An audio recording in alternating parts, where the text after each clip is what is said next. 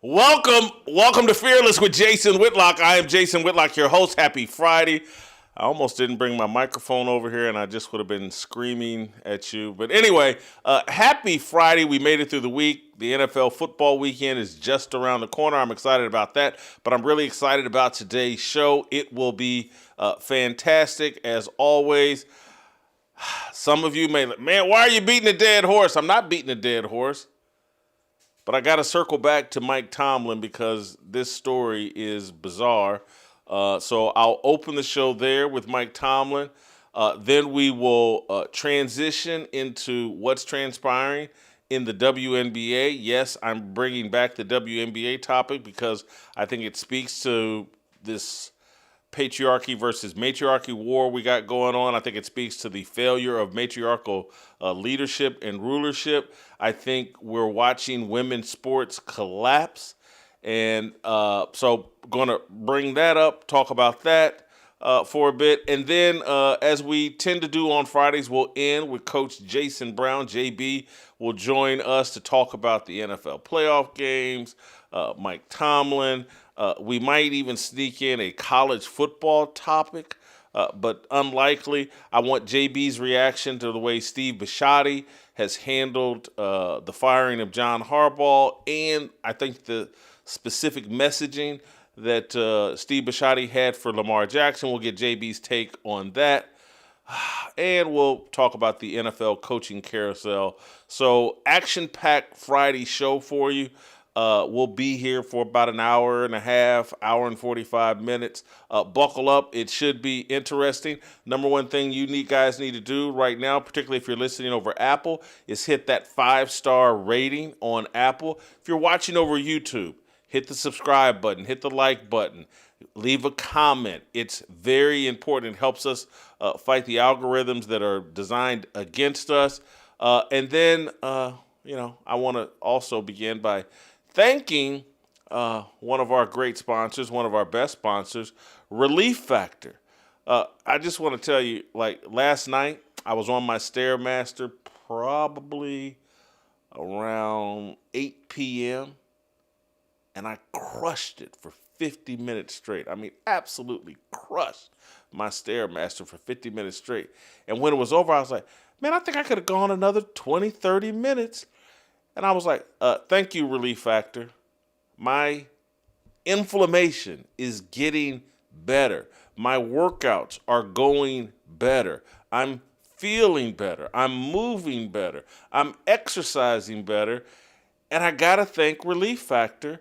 And that's why I keep, trying to pitch you guys that are sitting there, man, I can't do what I used to do. I can't take that long walk with my wife. I can't take that long walk with my girlfriend. Yes, you can. Yes, you can. You need to try Relief Factor. For $20, for $19.95, they got a 3-week quick start program that will tell you within those 3 weeks, like, man, no, Relief Factor is right for me. It works for me. It's a 100% drug-free daily supplement that fights inflammation. I think it's like 75% of the people that try the 3-week quick start circle back and re-up and get the full package because the 3-week quick start has worked for them. They're already receiving the benefits. Look, Relief Factor is not 100% the solution for you. But for about 75% of people, it helps a lot. And so why not gamble $20? It's not even a gamble. You're not even going to notice that $20, that $19.95. There's 2 ways to get Relief Factor. Go to relieffactor.com or call 1-800-4-RELIEF. That's 1-800, the number 4, relief. Thank you, Relief Factor, for being on board with the Fearless crew and the Fearless Army. Thank you for allowing me to do today's show. Let's get right into it. I'm going to send out an Amber Alert. And there's no double entendre intended here. It's just a warning sign. It's an alert. Like, hey, there is signs of trouble. I'm not trying. And I think my argument here is that Mike Tomlin's strange departure, his bizarre departure from the Pittsburgh Steelers raises major questions. And I know many of you are sitting there going like, what do you mean bizarre departure? He left. He left without a press conference. He left without saying goodbye. I want to provide you a little bit of context. When this happened 20 years ago with Bill Cowher, his wife and family, showed up at a press conference in Pittsburgh 4 days after his final game. I think they played on December 31st and ended the season 8-8. And on January 4th, he held a press conference saying goodbye to everybody in Pittsburgh and saying goodbye to the Pittsburgh Steelers organization. He was flanked by someone from the Rooney family, I think Art Rooney II or Art, I can't remember which Rooney it was, but he was flanked by one of the Rooneys, one of the ownership group, and he said goodbye. And that's after a 15-year stay, one Super Bowl win, I believe another Super Bowl appearance. And so here we are, Mike Tomlin, a 19-year tenure for the Pittsburgh Steelers, one Super Bowl win, another Super Bowl appearance, and there's no press conference. Mike Tomlin, the day after they lose in the playoffs, just shows up and tells the Rooneys, "I'm out of here." And then Art Rooney II says, and don't expect to see Mike anytime soon. Coaching. That's the indication that Mike gave Rooney, is that he's not going to be coaching in the near future. This is a strange departure. Let me add to it. The Athletic, the New York Times sports page basically did a expose about Mike Tomlin's emotional goodbye to the Pittsburgh Steelers players. Inside Mike Tomlin's emotional final meeting as Steelers head coach. And the story details how Aaron Rodgers fought back tears, T.J. Watt fought back tears. These guys are crying in the locker room about their coach. These are grown men. These are not 23-year-old rookies or second-year players. These are seasoned veteran players, all torn up. Mike Tomlin, 19-year coach, 19 years without a losing season, Hall of Fame coach, all-time great coach. He's got this emotional connection with his players, so emotional that Aaron Rodgers, after playing 1 year, is breaking down in tears over the thought of Mike Tomlin leaving. And that may be an indication that Aaron Rodgers wanted Tomlin to stay so that he could come back, Aaron Rodgers could, as their quarterback for another year. But that's not the point of this deal. He's got this type of connection with his players. For 2 decades, he's been the highest profile. I mean, did Mario Lemieux, who does Yager, who plays, is the young kid, is he for the Pittsburgh Penguins as well? There's a young superstar hockey player. Was he from Pittsburgh? Who are the Pittsburgh Penguins' greatest players? Sidney Crosby. Does he play for the Penguins as well? Yes? No? No, but not anymore. But my point is, Mike Tomlin there's Ben Roethlisberger, there's a couple of guys that played for the Pittsburgh Penguins, and then there's Mike Tomlin as it relates to high-profile athletic figures in Pittsburgh. And you could make an argument. Over the last 2 decades, Mike Tomlin at the top of that list. I mean, he plays in the National Football League. I guess Ben Roethlisberger would be a candidate or a contender for that frame. But this guy's leaving without a press conference? He's just telling the owners deuces in private? This is a red flag. This is a bizarre exit. This ain't how Bill Cowher left. And look, as I've talked about for the last few weeks and hinted around and around, like, there are stories about rumors about, hey, Mike Tomlin and his personal life and what all is behind this. And I explained to you, like, Bill Cowher had those rumors as well. And there were stories that turned out to be true that Bill Cowher's wife was ill, and that was part of his reason to leave. And Bill Cowher's wife ended up passing away. And there are rumors like that about Tomlin and his wife, that, perhaps there's some sort of medical issue and blah, blah. But Bill Cowher still stood before the media and said goodbye, answered questions, the whole 9 yards. Mike Tomlin, deuces. This doesn't make sense. Let me go a step further. I want to read for you Mike Tomlin's statement that was posted on the Steelers website and went out. His statement on his exit from the Pittsburgh Steelers. Let me read this to you, and then I'm going to contrast it with John Harbaugh's statement after he was fired. John Harbaugh did not quit on the Baltimore Ravens. He was fired. And then after 18 years. And so I'm going to read John Harbaugh's statement after we read Tomlin's statement.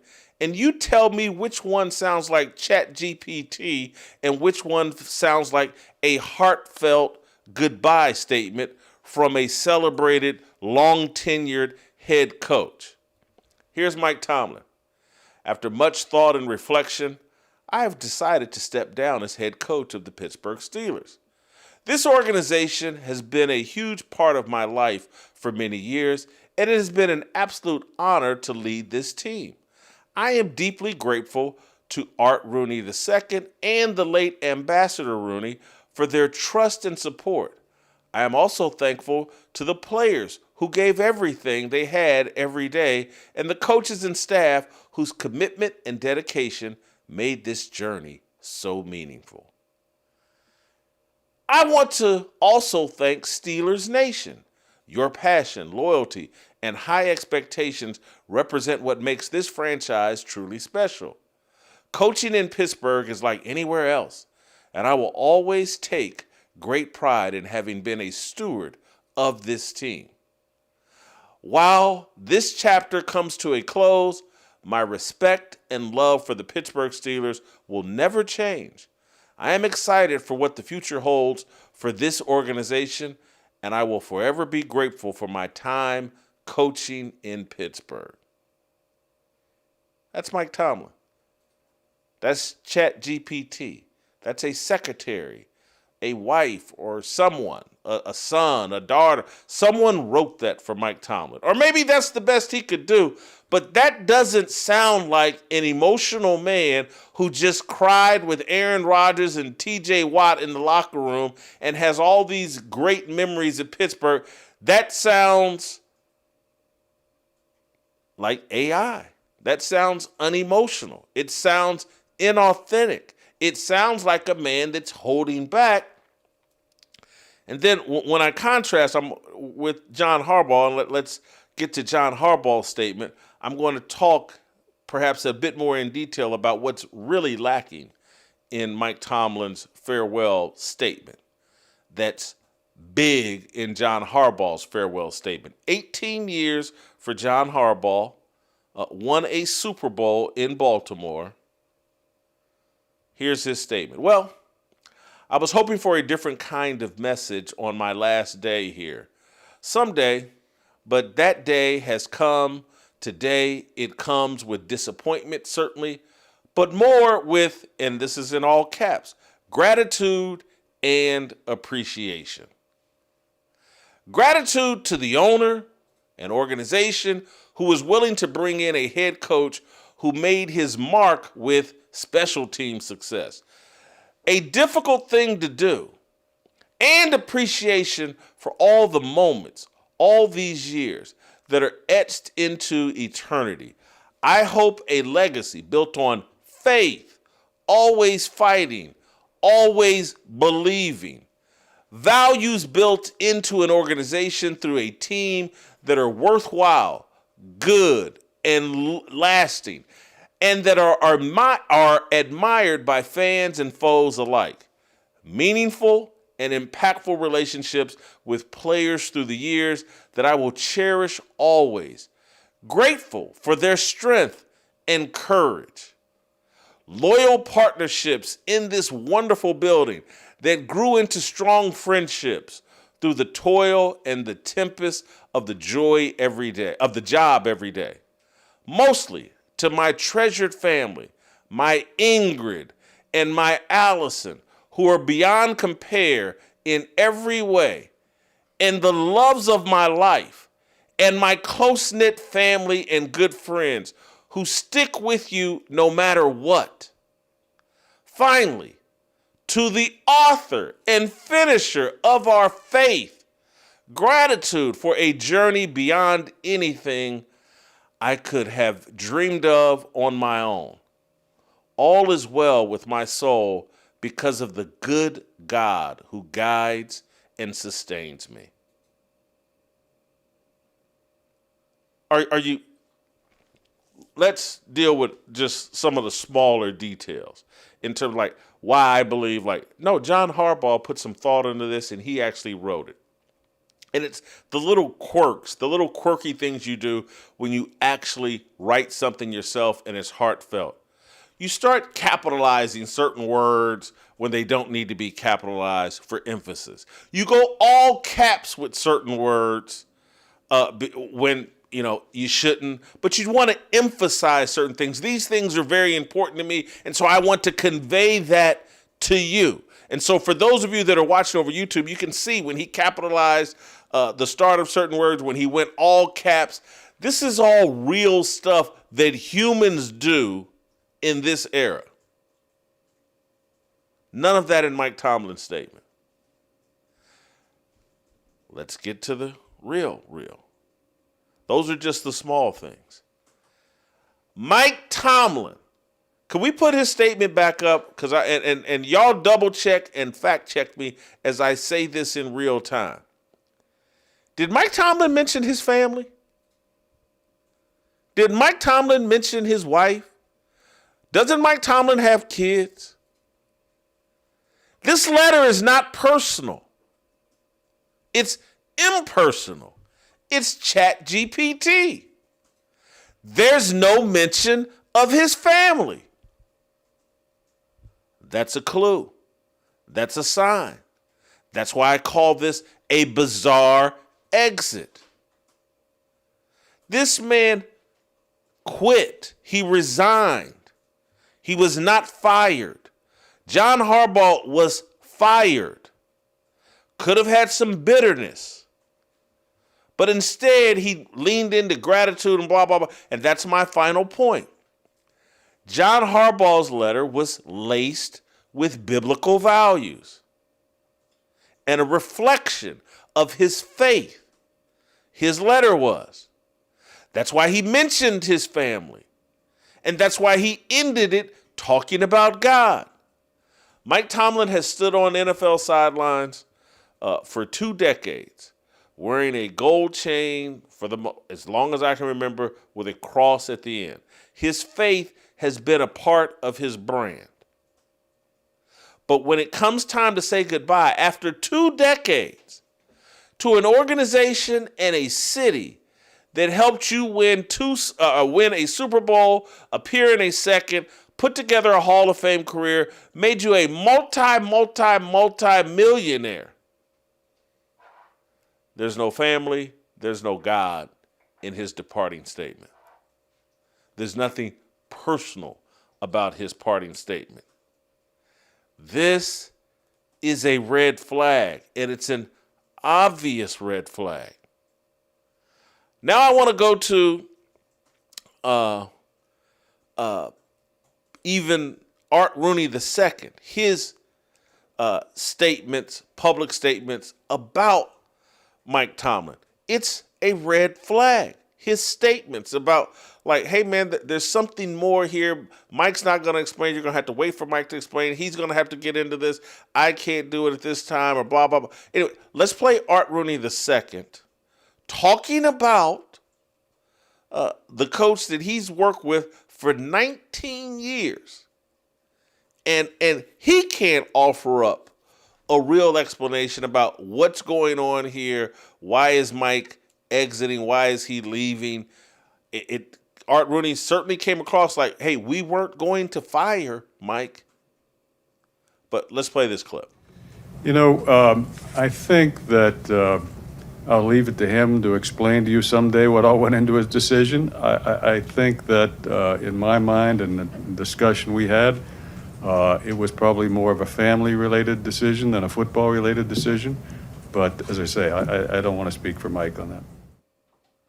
So there's Art Rooney II saying it was a family-related decision, but no mention of family in his farewell statement. This is odd. This is, I'll say this. Now, this is the skeptic, cynic in me, and I don't want to go too far, but I want, for those of you that maybe struggle or need help or got too much going on in your life, to connect the dots here. But if there were something going on in my personal life, family life, whatever, that caused me to leave the Pittsburgh Steelers, and perhaps I'm embarrassed about it, perhaps I'm ashamed of it, I make no mention of family and I make no mention of faith. Because when you talk about faith, when you wear it on your sleeves, take someone like Jason Whitlock that comes on this show and wears his faith on his sleeves. Here's what goes along with that.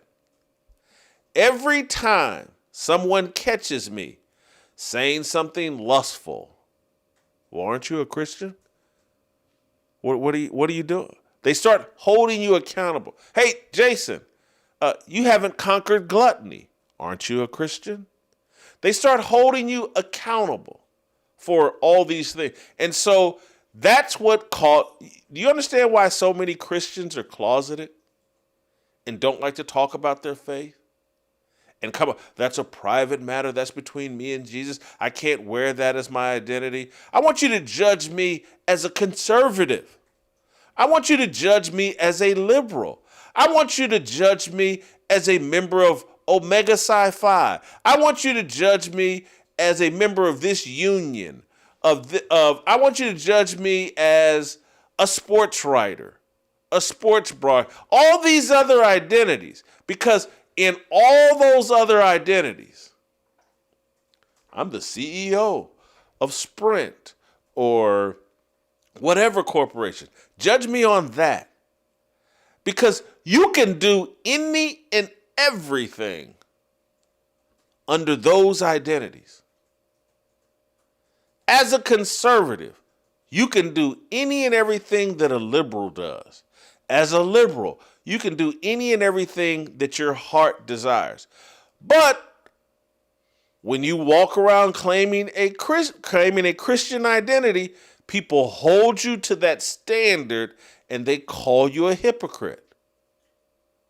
And most people don't want to pay that price.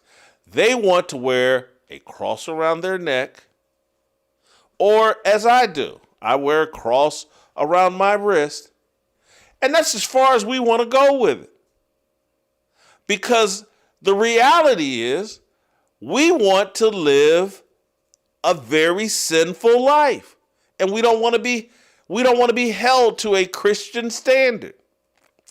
There's red flags all over this Mike Tomlin departure. That's why I'm sending out an Amber Alert. Final thing I want to say here, because it was brought to my attention. Some people complained to me over Twitter. Hey, Jason, you guys are tiptoeing around Mike Tomlin. If this were a white coach, if this were Bill Belichick, you guys hammer Bill Belichick, but you're tiptoeing around these issues and rumors and stories about Mike Tomlin. And there's probably some truth there. We live in this era where this racial idolatry movement that has overtaken sports, all the jocks on television that have taken over the sports media, ESPN and Fox Sports and everybody. It's jocks. And it's broadcasters who see themselves as jock sniffers and celebrities. They're all in it together. The entire media, the worldwide leader in sports, has changed sports media, perhaps irrevocably. It may never go back. But now we have celebrities leading sports media and sports journalism. There aren't journalists leading anything. And so no one's interested in looking into anything. No, everybody just, and particularly as it relates to race, it's like, Mike Tomlin, he's a golden calf. He's a sacred cow. He's a racial icon. I don't want to take the risk of questioning Mike Tomlin's departure. I would be a sellout. And then there's all the jocks on TV that are now leading the discussion that have the exact same issues going on. And it's like, I'm not going to question Mike Tomlin's departure or ask any questions about it or wonder anything about it because I don't want anybody wondering anything about me. That's what has changed. There used to be, the whole media industry used to be driven by actual journalists who didn't see themselves as celebrities, who weren't making millions upon millions of dollars, and who weren't in the little club, and I want to make sure I get invited to every party, and I want to make sure when I go into a locker room that all the millionaire athletes love me because we're all in the same club. And look, if I'm ESPN and Fox, I'm trying to hire Mike Tomlin. He'd be a great broadcaster. And so there will be no authentic, real coverage of Mike Tomlin's bizarre departure from the Pittsburgh Steelers. And everyone will say, hey, we're just being fair. We don't want to speculate about anything. We don't want to talk about any of that. Let's be fair. It's not journalistically sound. And we damn well know if he wasn't a multimillionaire, if ESPN and Fox and every other media outlet didn't want to hire him, if he wasn't black, people would be asking questions. Real questions. But instead, people are making excuses. And people are looking the other way. And people are, I ain't going there. I'm friends with Mike Tomlin. I'm not going there. That me saying something could hurt my network or hurt the network that I want to work for one day. It could prevent them from offering me a job or retaining me on this job. You cost us Mike Tomlin. Oh, you questioned Mike Tomlin's departure. We could never hire you because Mike Tomlin would hold it against us. That's the time and the era that we're living in. I do want to, before we get out of here, I want to share one last thing because people brought this up to me and I was unaware. But Josina Anderson, who, you know, is an access journalist, and there's a way she gets access that, you know, Joy Taylor would respect. Well, we'll say that. She has put out a tweet that someone brought to my attention that Mike Tomlin, part of Mike Tomlin's departure is about him feeling underappreciated. Let me read her tweet. More context. I tweeted that there was a longtime NFL head coach that was contemplating a change of scenery back in November. That head coach was Mike Tomlin, as I have since indicated many times recently. The facts of the matter are, league sources heard that Mike Tomlin was contemplating leaving Pittsburgh even before the season started, adding, there's been a belief that Tomlin did not feel appreciated with the contingents around the city believing he should be fired. I would say this has been building gradually for the last 3 years, the source opined. Let me end this by saying, I don't know Mike Tomlin in a real way. I respect it. I don't really think I know him in any way. I, ask him questions at press conferences, blah, blah, blah. But I don't know Mike Tomlin. I for the most part, like Mike Tomlin. Thought he did a good job. If Mike Tomlin has the exact same weakness that I have, that 90% of men have, maybe 99% of men have, a woman, lust, things like, if he has those issues, I pass no judgment. I really, because I fight that struggle. Every guy I know, all my friends, they fight that struggle. And it's an ongoing battle. But this underappreciated thing, 19 years, same job. I probably, over the course of those 19 years, probably made $150 million. I don't know, $120 million. No, he was appreciated. Very appreciated. And so the advice I would give to Mike is, like John Harbaugh, fall into that Bible and remember that as Christians, that cross you wear around your neck, you're going to think all kinds of silly, stupid, selfish, narcissistic things. But that cross around your neck and that faith walk you're on should always return you to gratitude and appreciation. And yes, people in Pittsburgh, fans, others were frustrated. They wanted playoff wins. But you had a 19-year run for one of the greatest organizations of all time. For 15 years, you had Ben Roethlisberger as your quarterback. You know how many coaches would kill for that? Gratitude. John Harbaugh has shown you the way. Get up, have a press conference, tell everybody, give people a sincere thank you. But don't be angry because Steelers fans wanted a change. It happens. It happens to any and all of us in the sports arena, in life, in competition. It happens. So that's where I wanted to start today. Mike Tomlin's exit, bizarre, and it's not inappropriate to point this out. And given all the conversation and stories floating around Pittsburgh, floating around the internet, these things, Mike Tomlin's behavior has legitimized those stories. It's not inappropriate for people to talk about the real issues and real possibilities of issues that may have impacted Mike Tomlin and distracted him in his final years, because these stories have been out there for a while.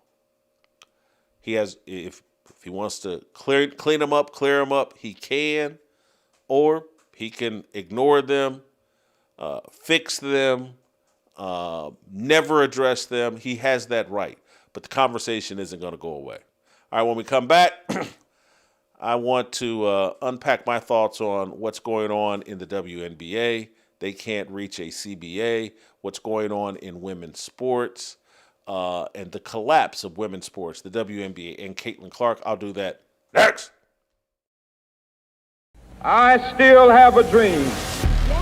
To put it frankly, pride has become the new black. Realize that, well, no, King was just as radical as the rest of these other people. That one day, this nation will rise up and live out the true meaning of its creed. So if someone says that King's a Marxist, I just ask for the evidence. If you're somebody who's pro-black, you should want to hear this story. Free at last! Free at last! Thank God Almighty, we are free at last!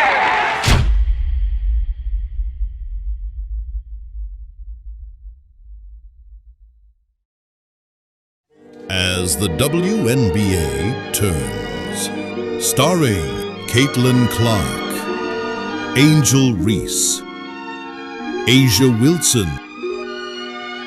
Brought to you by George Soros, Adam Silver, Kathy Engelbert, and the Global Elite. All right, welcome back.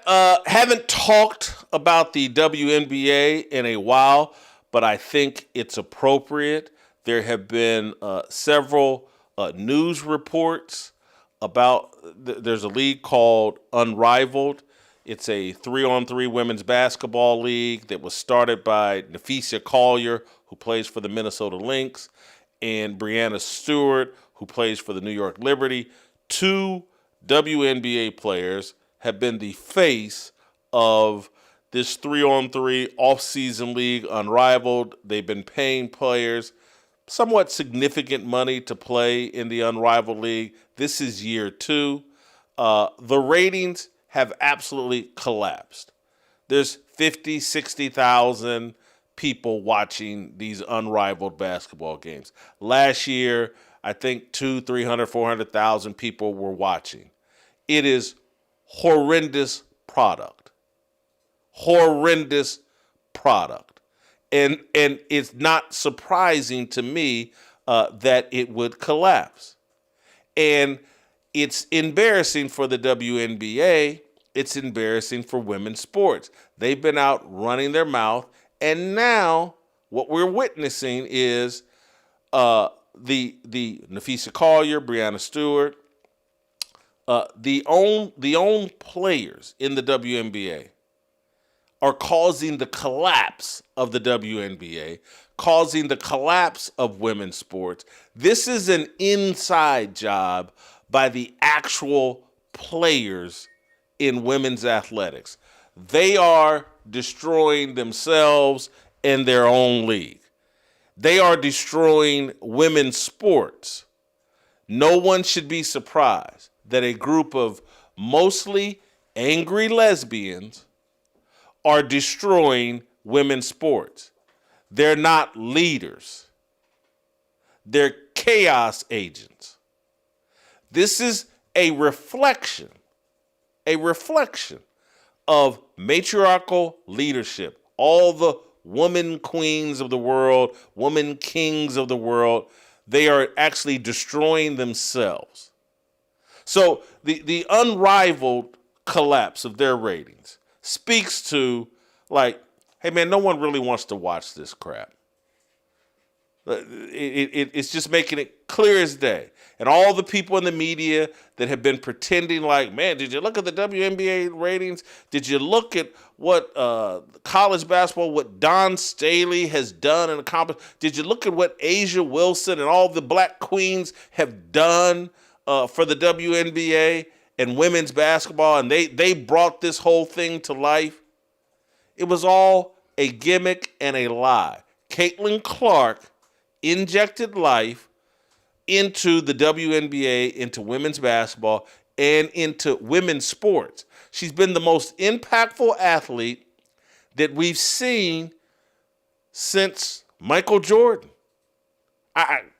And that sounds crazy because what about LeBron? LeBron James didn't have this type of impact. LeBron James didn't take the NBA from this level to that level the way that Michael Jordan took the NBA from this level to that level, the way that Larry Bird and Magic Johnson took the NBA from this level to that level. LeBron hopped on a moving train and slowed it down. Caitlin Clark took a train that was headed the wrong direction, hopped behind the steering wheel and turned it around and started driving it the right direction. But because Caitlin Clark didn't fit the lesbian stereotype, she hadn't adopted the lesbian lifestyle, and because she's white, the lesbians and the jealous, angry black women have ganged up on her,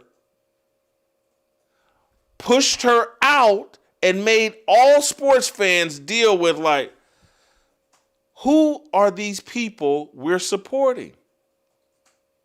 Who are they? Do I really? I love Caitlin Clark, or I loved Caitlin Clark, but do I really want to support the rest of this mess?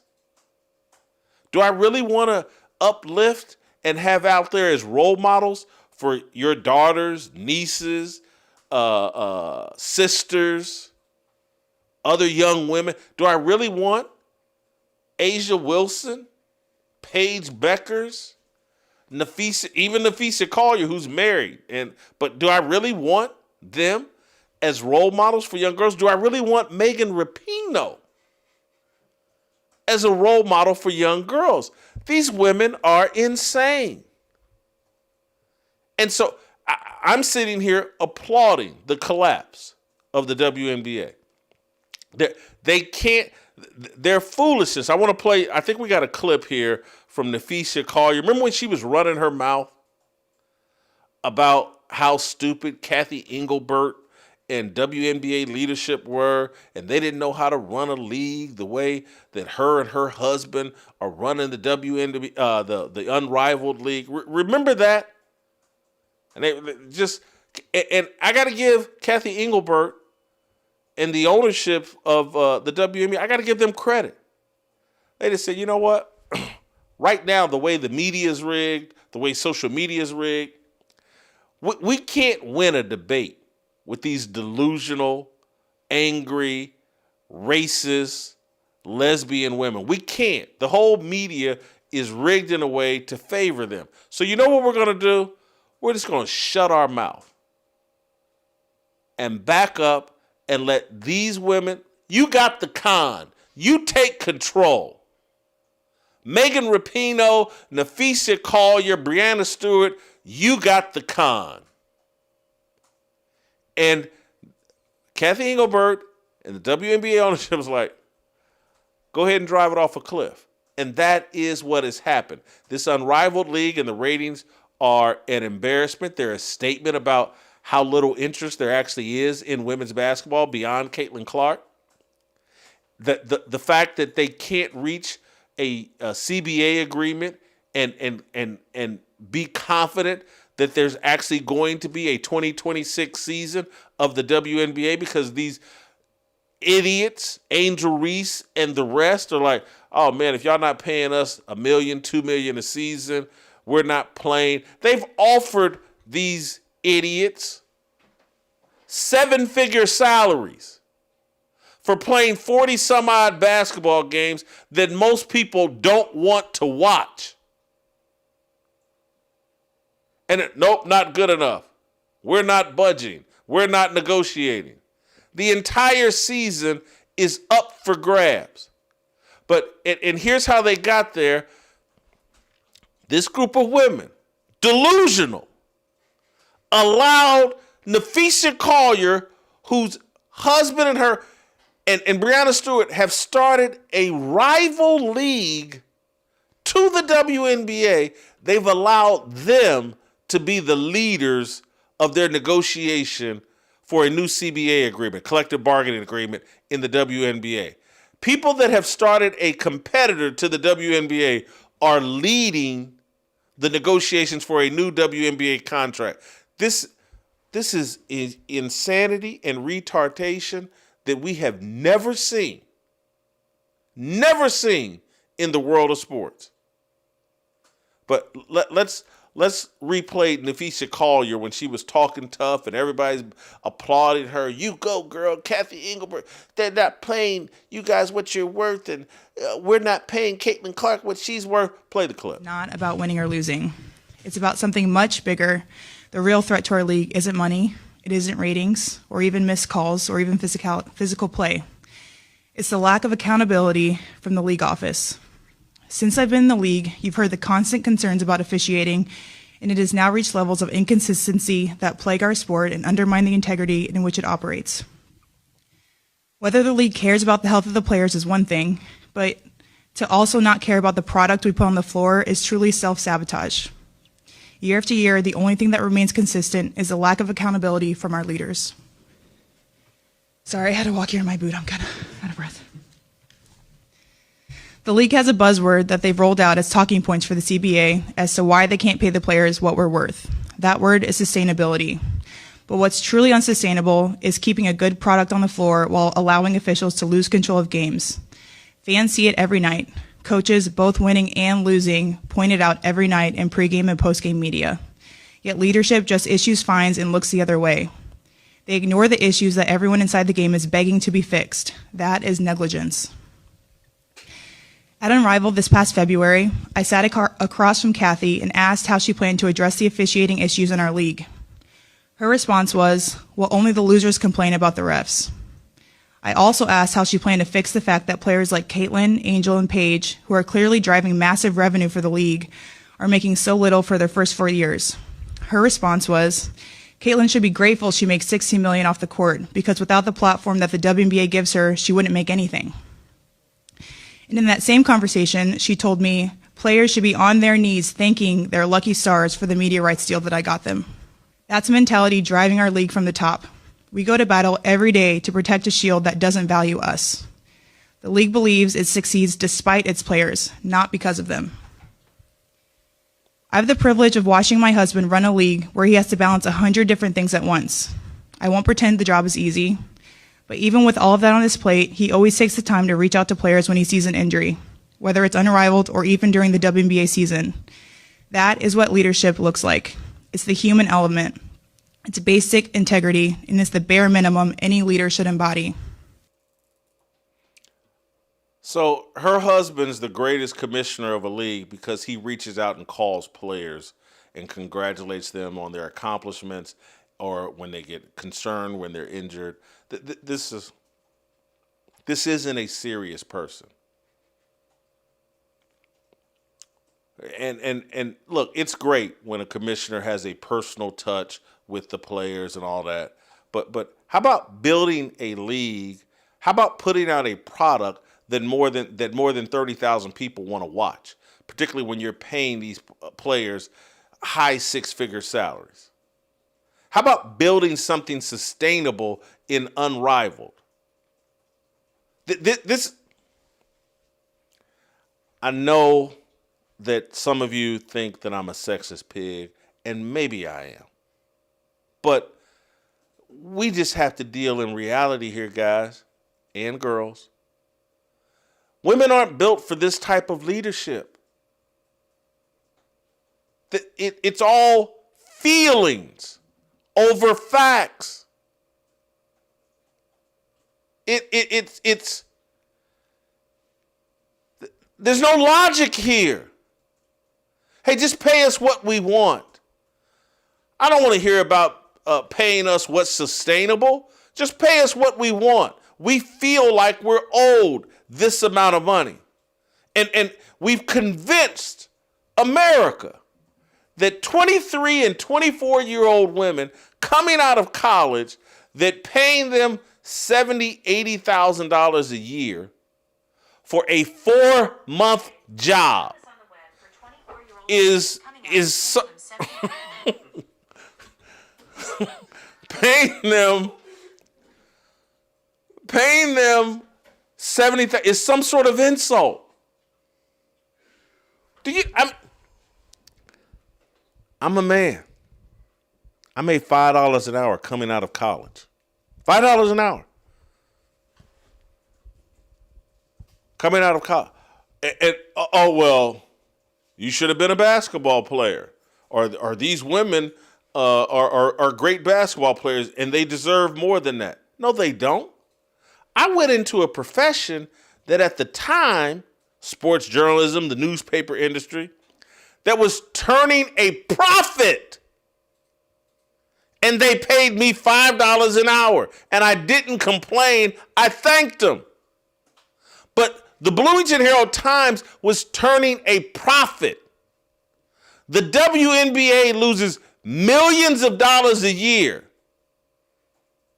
And I got a 4-month job that pays me $75,000.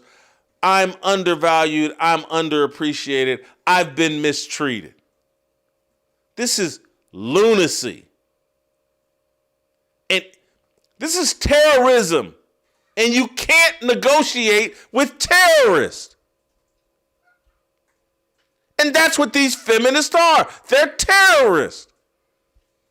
That's a nice young lady, attractive lady, comes from a good family, got a marriage. Hats off to her. But she's nuts. And she's surrounded by other nuts that are confirming her nuttiness. She's going to sit here and preach. And again, I'm not a big defender of Kathy Engelbert because she's a nut too. But sitting there holding a press conference scolding them because your husband is the president of the Unrivaled League and he's now smarter than her and he knows more about what to do than her. Are you kidding me? It's crazy. And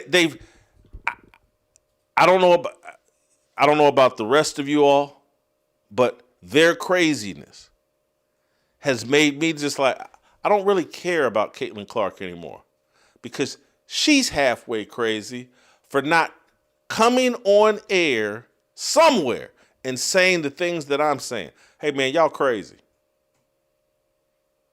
We better take this contract they offered us and be thankful because it's all from the private flights to the salaries we're getting paid. It's all charity. It's all welfare.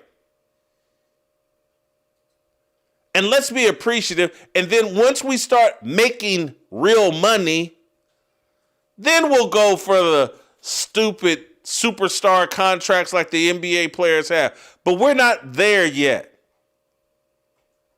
But that's not what's going to happen. I want to play you because this extends well beyond the WNBA, this lunacy of these angry lesbian women and these feminist women. Here, Megan Rapinoe, the former soccer star, just came out with some commercial promoting this whole transgender issue. These women are putting out commercials trying to make it possible for men to compete in women's sports, for men to be treated as women.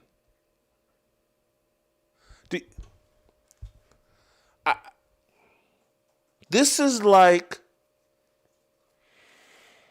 who's the most attractive woman? Sydney Sweeney. And not that, but she's the woman she's not the most attractive, but she's getting all the hype. Everybody's talking about Sydney Sweeney. Who? 2 reasons. Who cares? What? Who's the hottest woman? Okay, let's remove Sydney Sweeney then, just so I don't make this controversy. Just the one. She's getting all the heat. Who's supposed to be the hottest woman in Hollywood right now? Kendall Jenner. Luke objects to me saying Sydney Sweeney. And then goes to, hey, I didn't ask who's the biggest whore in Hollywood. I said, who's the hottest woman in Hollywood? I apologize, but Kendall Jenner is attractive. I'll get rid of that. I mean, if we're gonna go off the Kardashian tree, isn't she part of the Kardashian family? Yeah. Why does not? I've actually seen and been next to Kim Kardashian. I'll go with her. This is like dating Kim Kardashian and then, putting out a commercial saying, hey, man, I wish that LeBron James was sleeping with Kim Kardashian. She's my woman, but I want LeBron to sleep with her.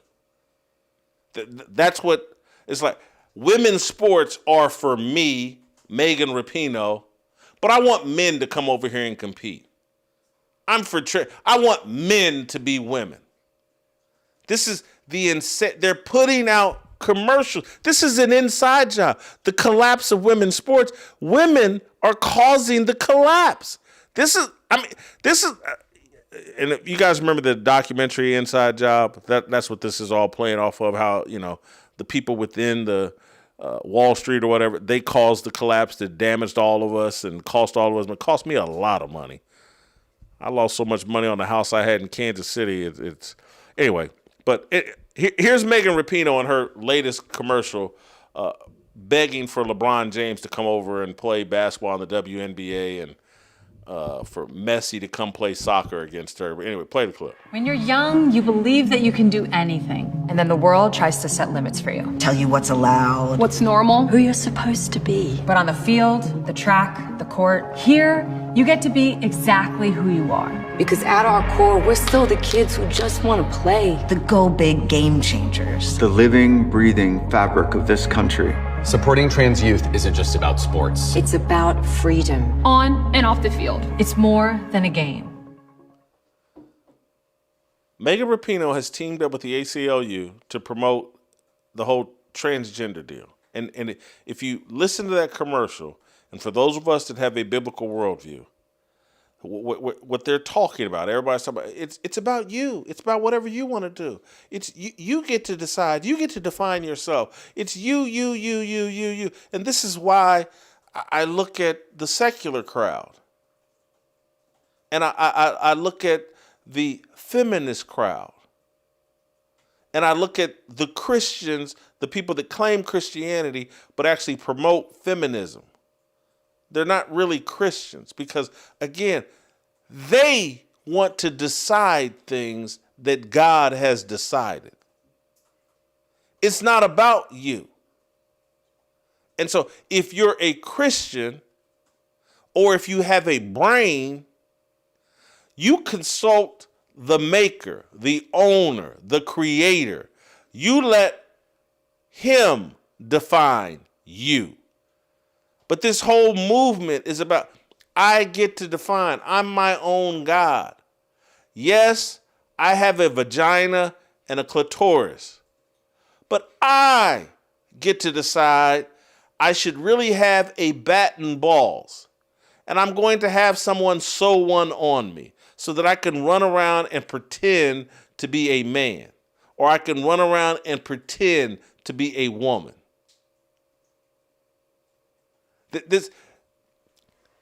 And you wonder why things around them are collapsing? They think they're the makers. They think they're the creators. They think they're their own gods. And that's why everything that they build collapses.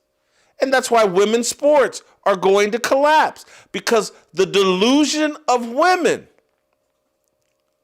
the whole feelings over facts and logic, it has no choice but to collapse. Because it's built on insanity. And so I want to make a final point here. And just like this whole mentality that is destroying women's sports, it's being injected into men's sports. And that's why Netflix is celebrating, we just hired Elle Duncan to be the face of Netflix sports.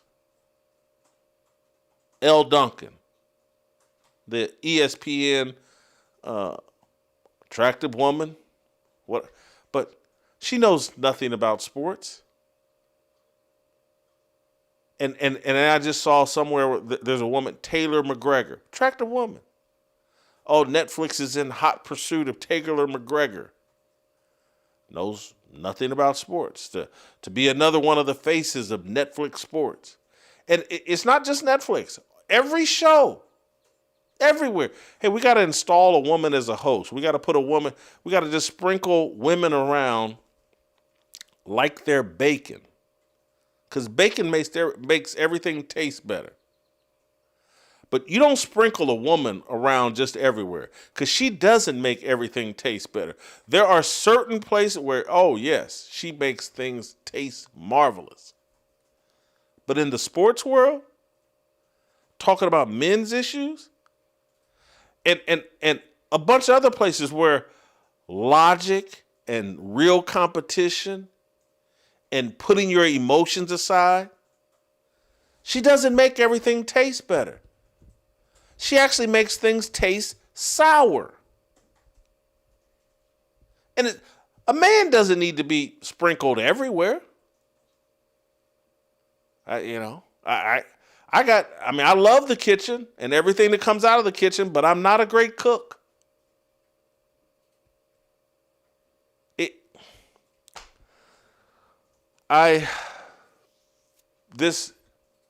It's an inside job. And look, there's a theme to the things we talk about on this show. And I keep this bending over for the feminist and pretending that the weaker vessel, as defined by the Bible, by God, pretending that the weaker vessel is the superior vessel or even the equal vessel. It's a level of insanity that collapses everything that it touches. And so the WNBA gets the gift of Caitlin Clark, and they've destroyed her. Caitlin Clark, 2 years after entering the WNBA, isn't nearly as popular, isn't nearly as powerful, isn't nearly as influential as she was when she was in college basketball. The WNBA, a league dominated by angry feminists and angry lesbians, has destroyed Caitlin Clark. And they're trying to push Paige Beckers and Asia Wilson and do I even know who anymore? Nafisa Collier, Brianna Stewart. Trying to push all these pre-approved lesbians or black women to be the face of the league.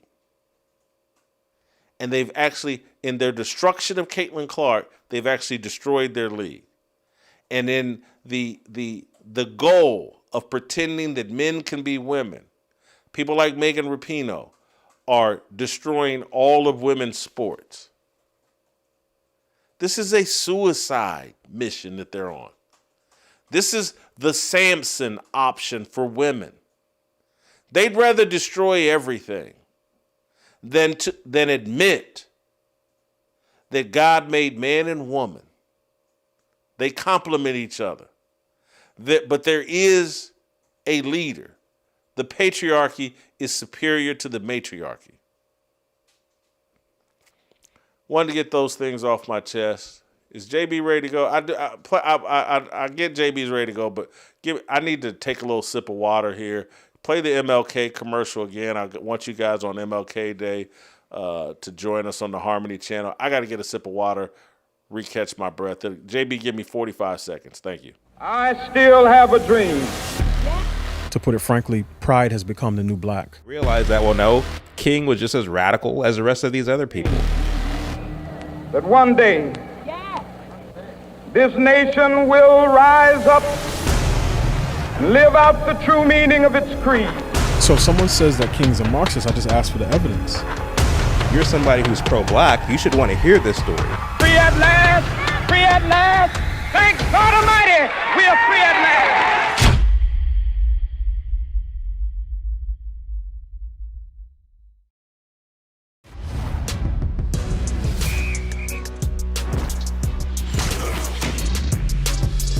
But what do I know? All right, welcome back.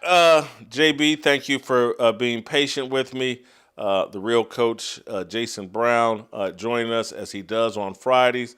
JB, I just went off on a sexist rant about women's sports. I don't want to prevent you from piling on if you wanted to, or I can move straight to Mike Tomlin. Oh, I agree. I was listening. Total agreement. It's ridiculous. This whole feminine thing is just ridiculous. It's killing women, and I don't know why women just won't step up. I haven't heard one woman. I got merch I made. Jason. Save girls sports, and it blows my mind because JB's hard on women. He hates women. No, I just don't like women in football because they don't belong. And it's furthermore, it's feminizing a masculine sport because we got a low T problem in America, Jason, that nobody wants to discuss. And it's for the reason of women trying to act as men. Women can't raise a boy and turn him into a man. It's just a simple fact. But for some reason, they take the role of the man, which respect to them, for some, a lot have to do. And unfortunately, no real men understand the difference between being a dad and a father. There's a huge difference. A dad is just a guy with a penis who had a baby. A father raises the kid. And I don't think people understand the definition. And we have a lack of fathers. And now the mother is playing the father. And we have a huge issue in America right now. All right, let me move you to Mike Tomlin. I've been talking about Mike Tomlin all week. Today, I went a step further on things that you and I have discussed privately and things that now, to me, are becoming obvious. But I argued earlier in the show, JB, that Mike Tomlin's exit from Pittsburgh is strange and bizarre. He's held no press conference. He was there for 19 years, and he's held no press conference. Bill Cowher was there for 15 years. 4 days after he stepped aside, he held a press conference. His wife by his side, the Rooneys by his side. I compared Mike Tomlin's farewell statement that he released through the team, compared it to John Harbaugh's. John Harbaugh's was authentic. You could tell that he actually wrote it. He capitalized words that shouldn't be capitalized. He went all caps on certain words to put emphasis. He talked about his family. He talked about his faith. Mike Tomlin's statement read like a Chat GPT statement. No mention of family, no mention of his faith. Nothing in the words were emphasized. AI wrote it.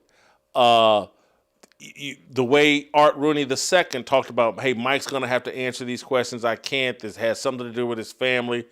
Mike Tomlin's exit from Pittsburgh is bizarre and raises red flags. There's more to this story. Agree, disagree? I agree. I've started to say it on my show because I know some things. I've started to allude to it. I hate to throw the guy and say, oh, we allege this and allege that. The fact of the matter is, like, we're becoming shows that people rely on and get information from, especially my show in the morning, your show, roughly at the same time. So if there's news to be broken, I'm going to break it now. I'm tired of, kind of protecting people just because I know them or what have you. Obviously, I'm not going to make up stuff, but if the stories are true and it's allegedly these stories are true, it's going to be it's a sad day. But Mike has to deal with that and his family. The problem I don't like is when the people that never played the game, never coached it, or never helped anybody continues to turn over rocks to try to find dirt out on you, because I've been on that other side. I've seen it. If he doesn't do anything criminal, I don't know if the moral side of it is worthy of just bashing this guy beyond belief. Because at the end of the day, there's not players that talk bad about him. There's not professionals that talk bad about him. He has to deal with that with the higher up, God, Jesus Christ, and his wife. Like, other than that, everything else is football related. I just don't like the fact that we're digging up dirt on Lane Kiffin and who he DM'd and Sharon Moore's Instagram. The bottom line is, unless he does something illegal and he's out here trafficking or doing some craziness, let's just be honest. This is a football related deal, and he has to deal with that personally if he did something out of pocket off the field with his own personal situation and his wife. That's all. Adultery, whatever it comes down to, whatever they're alleging, I think that's the part that we have to focus on. And unless he does something illegal, I'm just going to say, listen, what he did, that's fine. He has to deal with that. But on the field wise, to me, he's one of the top 5 coaches in the last 20 years, in my opinion. And I just hate the fact that it's going down like this for that man who's done so much. Remember, AB, who's as wild on Instagram and Twitter as we've seen, you never heard a peep from him under Mike Tomlin. Mike Tomlin, at the end of the day, in that locker room, it was a leader of men and knew how to massage those guys and keep them under the wraps. That's what a leader does. I think he did that as well as anybody. 19 years of over 500 football, and the last 5 or 6 without Big Ben, still winning 10 games, winning the AFC North. I don't think it'll be talked about enough because of now what's going to come out, and that's the sad part of it. And I'm going to say sad because of his legacy will be ruined now with AI, social media, all the nobodies that can hide behind no profile pictures and just sit up here and talk about what others do when we don't even know what skeletons you have in your closet because you've never done anything for anybody. That's the part, and I'm torn on that part of it, I guess, Jason, if it makes sense. I hear you, JB. I slightly disagree with you, or I don't say disagree. I just add this. I think that the rumors, whether they're true or not, have had some impact on Mike Tomlin's happiness in Pittsburgh and played a role. Let's say the rumors are untrue. I think they still played a role in him exiting Pittsburgh at this time. Oh, I agree. Maybe it got on his wife's nerves, blah, blah, blah. But even if the rumors are true, perhaps they were a distraction for Mike, and he couldn't put his full attention on the team when your personal life gets out of hand. So I think one way or the other, because these rumors have been hounding Mike for at least 2 years, and I think it had some sort of impact. Whether if they were false or if they're true, they had some sort of impact on Mike Tomlin. And when Josina Anderson reports that her sources are saying Mike feels underappreciated or didn't feel as supported as he needed to be in Pittsburgh, I think this is part of it. I agree with you. There's no question. I mean, the stress has to be at all-time high, number one. Number two, you don't know who your quarterback is or going to be. There's a lack of talent in college, so you ain't going to get a guy in the draft. You have to go try to find a free agent. They're not very good. You got 44-year-old Phillip Rivers coming out of high school coaching. That tells you how bad the pool is. So if all that goes into it and you hear the outside noise, to your point, then obviously, yeah, I think that's all weighed in on it. That's fact. There's no question. And if I'm Mike Tomlin and done what I've done, and people continue to talk about the 8 years without a playoff win and blah, blah, blah, and then they don't even give him credit for the Super Bowl win because he inherited Cowher's team. This isn't college football.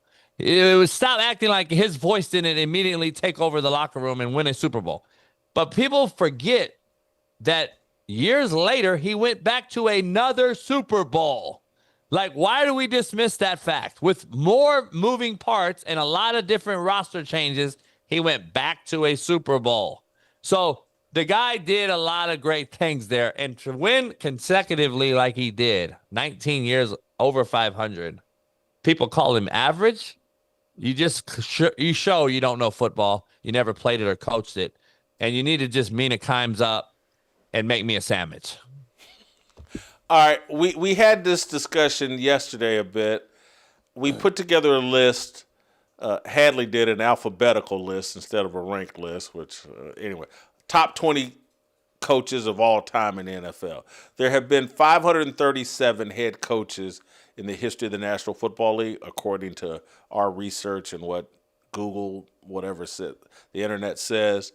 And so if you're in the top 25 of the coaches all time, that puts you in the top 3 or 4% of NFL coaches all time. That would make Mike Tomlin an all-time great. But maybe he's not one of the top 20 or 25 coaches all time. I think your statement was he's one of the top 3 or 4 coaches of the last 10 years. Is that what you said? I said the last 19 years. Last 19 years. I think so he's been there. Let me ask you a few questions. Bill Belichick is a part of that. So he's not Bill Belichick. He's not Andy Reid.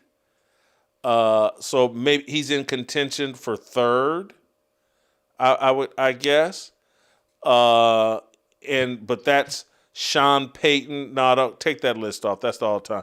But Sean Payton, John Harbaugh, is he better than those guys?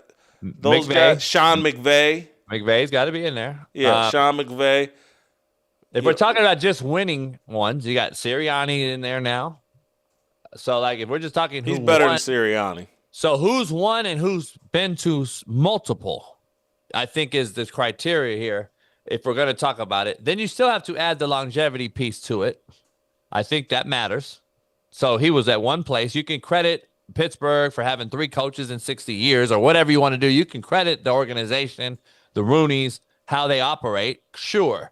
But if the guy wasn't that good, I don't think he would still be in one place either. So they've had great coaches that have been there in that organization. And it tells you the organization is a great ran organization, obviously, with the Super Bowl and everything else.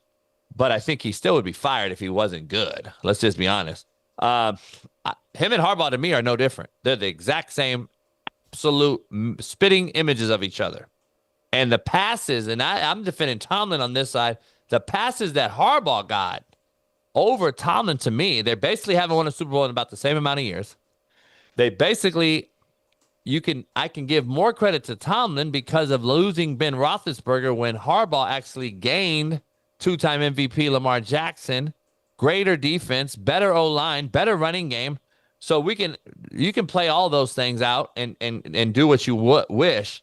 But at the end of the day, 19 years, who's been better than Mike Tomlin? You named two guys. Okay, but hold on. I'm asking you, would you rather have Sean McVay, Kyle Shanahan? I think him leaping over Sean Payton might be tough for me. You would rather have Mike Tomlin than Sean McVay? I mean, Sean Payton?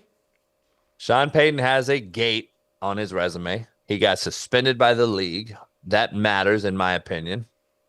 Tomlin's never had any on-field issues, on-field allegations, or any issues. He's been to the same amount as Hold for 1 second, JB. I just remembered who I'm talking to. You just reminded me who I'm talking to. I'm talking to JB. And you're actually going to hold Bountygate against Sean Payton. I'm talking to JB. You have to. He missed a year. So here's the point, though. Here's the macro scale of this, Jason. Don't give me no far left liberal mindset here. No, you are. This man is putting bounties on people's heads. I respect that. That's the football we grew up with. Oh, I love it. And that was Greg Williams. So how you gonna hold it against him, JB? I'm not. That was Greg Williams, by the way, and he took the bullet like a champ. So shout out to Peyton. They're doing it, but you can't say that you can just get a free year off, Jason, and I'm going to put him in the same record as a guy that did it 19 consecutive. So he got a pass for getting taken off a year and hanging out? Nah. Smoking weed with 15-year-olds in a bong? Nah. I hold those things. Who did this? Who did this? Sean Payton. So I'm a rock with Tomlin over Sean Payton. Number one. Okay. Well, you got me there on the weed. I didn't remember the bong weed. Oh, yeah. Look at that video. It's sick. It's cringeworthy. Now, having said that, and I know Sean, having said that, McVay, because of his youth and accomplishments at an earlier age, I would give the nod to. And the fact now we got Sean down to number 4. Okay, and we got Tomlin down ahead to 4. of Shanahan. I got Tomlin ahead of Shanahan. Got you. Shanahan has been more of a choke artist to me than he has a success, and so there's really no one else in there. So you got Bill, who's gone. You got Andy Reid, current, McVay, and Tomlin, and then Sean Payton, and then Sirianni, and then Doug Peterson's not really coaching. He won one. You got who else has won one? Bruce Arians gone. I'm just talking about recent winners. I mean, they're gone. This guy's out survived all these guys. So, like, he's got to be in that list. And so if we were just talking 20 years, that's a lot of chunk of years for NFL all the time. 20 years, and you're saying he's 4th-ish? Let's just say 5-ish. Is there 20 guys in the last 40 years prior to that ahead of him? That'd be hard to press. There might be, but I think you've won the argument with the fact that, like, hey, if over the course of 20 years, you're one of the 3 or 4 best coaches in the NFL over the course of a 20-year stretch, you're a Hall of Famer. You've done a great job. You're a super successful coach. You won the argument there. We're giving out awards for much less, and that's the point. Like, this guy deserves to have some sort of, like, let's give him some flowers. Yeah, Sean Payton loses no points for Bountygate with me. You definitely attacked the head. Not me either. I don't lose points, but I'm not putting him against Tomlin though. All right. Let me move on to this weekend's games. JB, get your playoff picks. Let's start with the Bills at Broncos.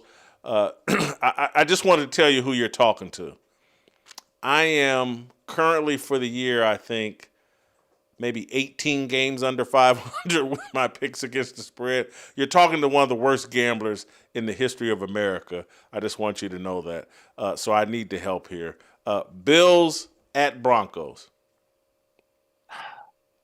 We're talking Sean Payton here. So you have to go 2 Mile High in the cold weather. That lungs, people think, oh, go there 2 days ahead of time. And that doesn't matter. You got to be there for weeks to get acclimated to that, contrary to belief. If you want to say go with the better quarterback and all that, listen, I have a doctor on my show every week, NFL doctor who treated the Patriots for a year, worked there. Now he's in Miami.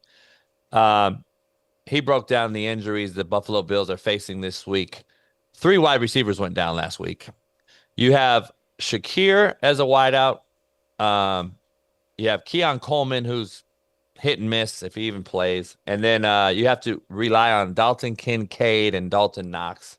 So do they have the weapons against the second best defense in football at home? And you have to put all that onus on Superman himself, Josh Allen, to, by the way, he's got a throwing finger issue. Josh Allen does.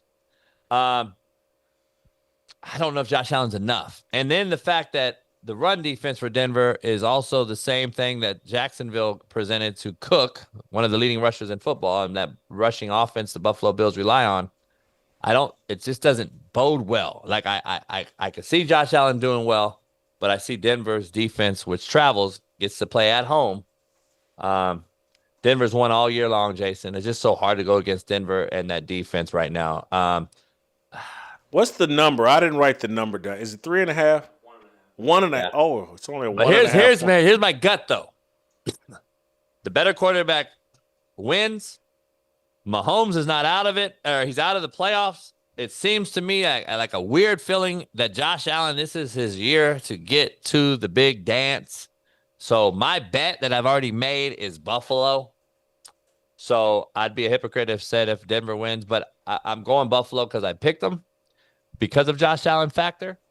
But I'm not going to be shocked if Denver advances. Yeah, I'm with you. I'm going with Buffalo just because I want Josh Allen to win. All right.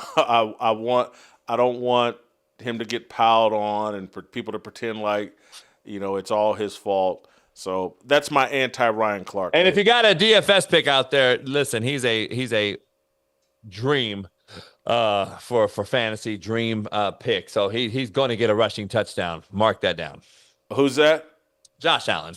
Josh Allen's going to get, okay. 49ers at Seahawks.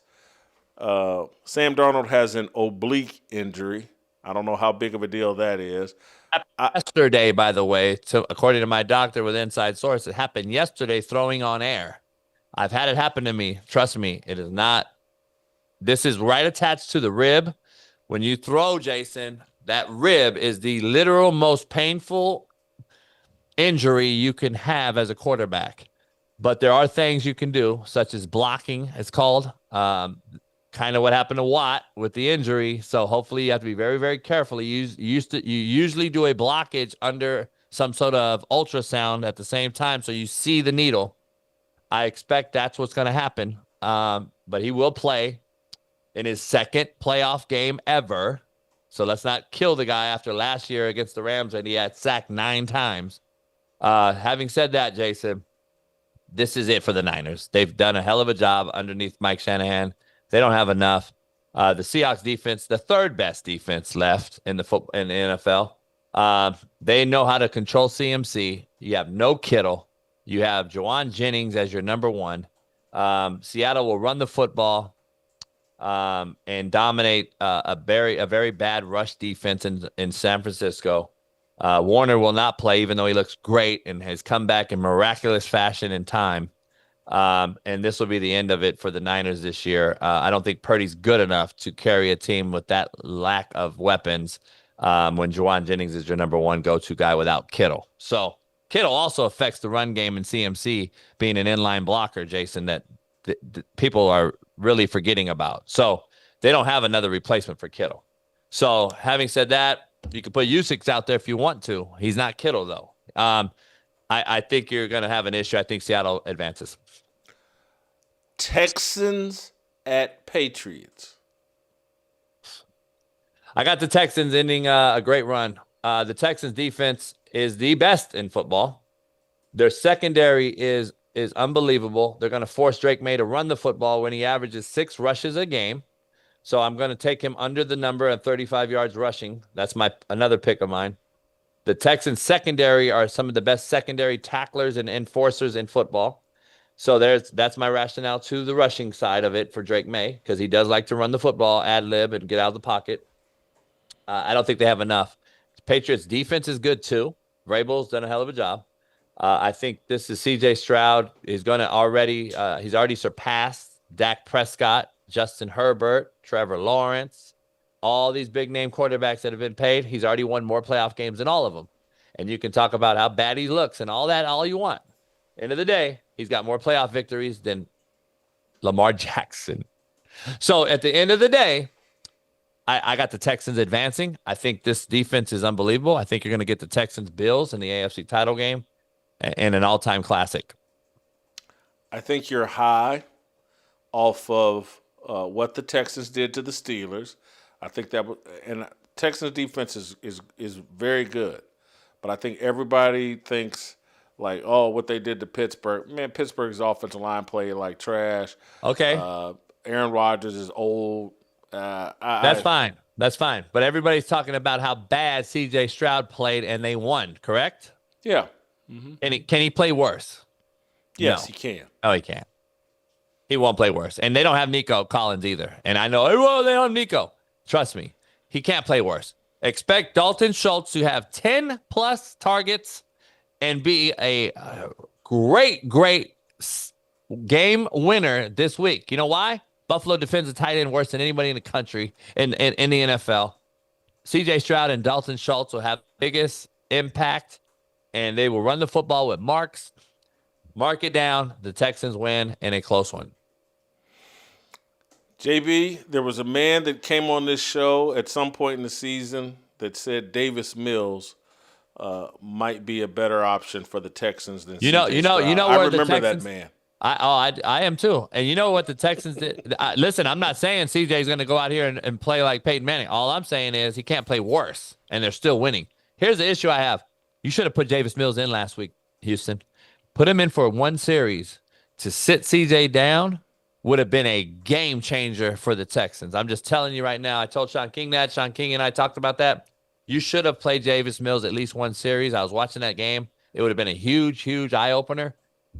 So we'll see. But Davis Mills is very, very capable, by the way. So don't think he's not. I got the Texans winning a close one. Mark it down. Texas, Buffalo will play Josh Allen versus that defense in the AFC title game is going to be similar to the Chiefs Buffalo Bills game from a few years back when Buffalo choked it off and with the kickoff. I'm going to assume you're picking the Rams to beat the Bears. Yeah, belt to ass. Huh? Yeah. Belt to ass. Yeah, got you. All right. So let me ask you a different question then. Something where we probably disagree. I think Ben Johnson's had a remarkable impact on Caleb Williams. And I think we instead of reflecting on what we don't like about Caleb Williams, we should be reflecting on like what Ben Johnson is getting out of Caleb Williams. And I think he's actually changing Caleb Williams, and that, maybe next year we won't see the painted fingernails. I think we're seeing Ben Johnson work the gay out of Caleb Williams. I don't think so. I don't think you can take the gay out of him. Here's the number one thing. That's why he's Caleb Williams, not Caleb. Here's the issue I have. The fact that we dismiss that he's a 50% pass completion guy, where he throws 60% of his balls laterally, and he's horrific, the worst quarterback of all the 32 starters through 3 quarters every game. We dismiss the fact that what the defensive coordinator does in the second half to keep the Bears in games, the fact that their defense is so opportunistic when turnovers, to put the ball in the low red zone, to give a freak of nature athlete in Caleb Williams the ball down there. They were down 18 to Green Bay, and everyone talks about this comeback as if Caleb Williams went 90 yards on 3 consecutive drives. No, my former player, Elijah Hicks, stripped the ball, got a fumble on a kickoff, put the ball at the 9-yard line. Chicago scored. Then they got a interception, They scored on the low red zone, 30 yards in. They have been opportunistic the whole game, a whole year. And guess what you have to do to have 7 complete comebacks in the fourth quarter, as Caleb Williams has done? What do you have to do, Jason? Why are people missing the fact that don't you have to be in arm's reach to win those games? Don't you have to be close enough to win those games to come back in the fourth quarter after having horrible quarterback play for 3 quarters? Ben Johnson has done what Andy Reid did with an overrated Patrick Mahomes. He continues to win when the quarterback play is atrocious.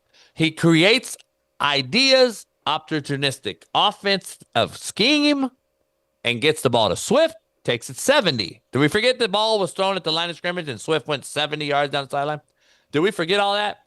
Did we forget that he was 24 incompletions in that game last week? 24 incompletions is a lot for a good quarterback in the NFL nowadays when you can't hit them, when you can't reroute wideouts, when you can't hit the wideout over the middle. We protect the quarterback. 24 incompletions is hard to do. The guy's not very good. I haven't seen the growth that you think you've seen. I think Ben Johnson has put together a great roster. They've gotten better up front on offense. Their defense is optimistic in the second half. They do things in the run game. They're the leading rushing team in football, Jason. Like, that matters. Ask Saquon Barkley and the Eagles, who won a Super Bowl last year. Don't you think that matters? I think that is what we're going to see. This is just a juggernaut on offense. I don't care about the cold weather and all that. Miss me with 1-9 Stafford, his record. Guess what? He played in Detroit for 15 years. Everyone was 1-9. So at the end of the day, Stafford threw for almost 400 yards in a snow flurry last year against the champion Philadelphia Eagles. They should have beat the Eagles last year. I have no doubt he's the MVP. He will win the game. Nakua, Adams, Kyron Williams. The Rams are going to you're not coming back on this Ram team down 21, just FYI. So I think you're going to have Seattle Rams. You're going to have a matchup of NFC West, and you're going to have a matchup of the Buffalo Bills playing the Texans. And that's where we are. I want to play you this clip of Steve Bisciotti, owner of the Ravens. It's a mashup of things he said related to Lamar Jackson that I thought was great. That finally an NFL owner showed a pair. I want to get your reaction. Let's play the clip. Lamar is really, really a non-confrontational person. When they call me up from Florida, you better get your ass up here too. Because if you want to do the interviewing, these are going to be full-day meetings like they were 18 years ago. And they go from department to department to department, right? So I said to Lamar, you can jump on my plane or find another way to get up there. But if you're that interested, then we're going to get a schedule. He's going to call me up. He's going to offer you the same luxury. And I said, I hope you take it. Are you 100% sold that you want him to be the central figure in the organization for the foreseeable future? I want him to be my quarterback, but he has no power. I have the power. What do you think about Bisciotti there? Great. I'm glad. I'm so glad. We need to hear him every year. The problem is, I don't know why people don't understand. There's 32 of these billionaires in the world, and that's what they do. This is who they are. They can't be fired. So at the end of the day, these quarterbacks who think they deserve to be in these meetings is what player empowerment has created.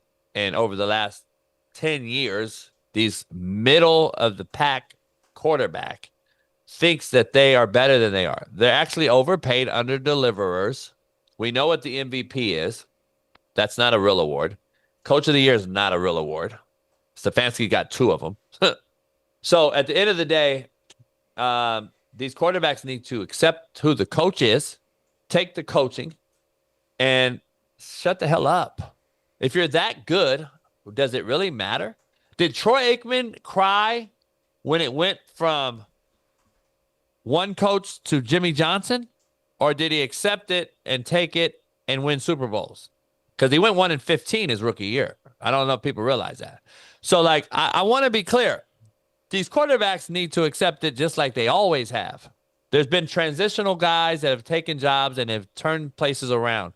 Doug Peterson took the job, and Trevor Lawrence had a great year that one year. They were this close to beating the Kansas City Chiefs in Trevor Lawrence's first year.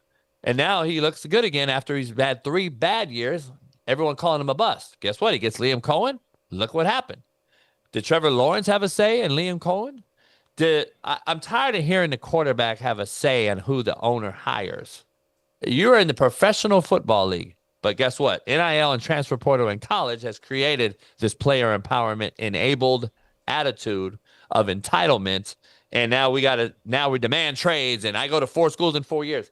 These kids now think that they run the whole thing. I'm glad the owner said what he said. You have no power. You can't even complete a football when it matters. And you've won 3 playoff games. Hey, guess what? Harbaugh won without you. I don't know if you realize that. Harbaugh won a Super Bowl without you. So he's actually worse in the playoffs with you. And I would argue you got him fired. So you now deserve to have the power of the new coach when you just fired a legendary guy like John Harbaugh? Miss me with that. I'm so tired of hearing about it. I'm glad the owner stand on it and dropped his balls. Only thing I'll correct you about Aikman is when Jimmy Johnson got replaced by Barry Switzer, Troy Aikman was not thrilled, and deservedly so. No, that was my point. Yeah, that was my point, though. He won a Super Bowl, though. So, that's what we got to remember. He didn't like the hire. He wanted Jimmy. Him and Jerry Jones had beef. They still do, contrary to belief. He wanted Jimmy, but he accepted Barry. He didn't like Barry's player giddy, all happy, go lucky attitude. He wanted a disciplinarian like Jimmy, but he got it done. He didn't cry and say, I don't want to play here. So that's my point. We got to look at some history lessons that some of these guys that have won and didn't have a choice on who they had to play for. This is the NFL. I thought we all grew up wanting to play in the NFL. I didn't know we don't want to play now. I didn't know that was a thing. You're getting paid a lot of money. This is crazy to me that they think they have this power.